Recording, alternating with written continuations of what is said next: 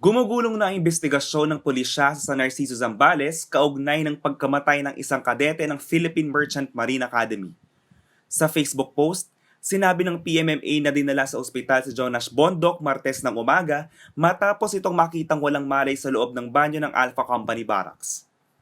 Naisugod pa umano ito sa isang ospital pero doon ay dineklarang patay na ang kadeteng tubong Butuan City. Nakipagtulungan na ang PMMA management upang matukoy ang katotohanan sa likod ng pagkamatay ni Bondoc.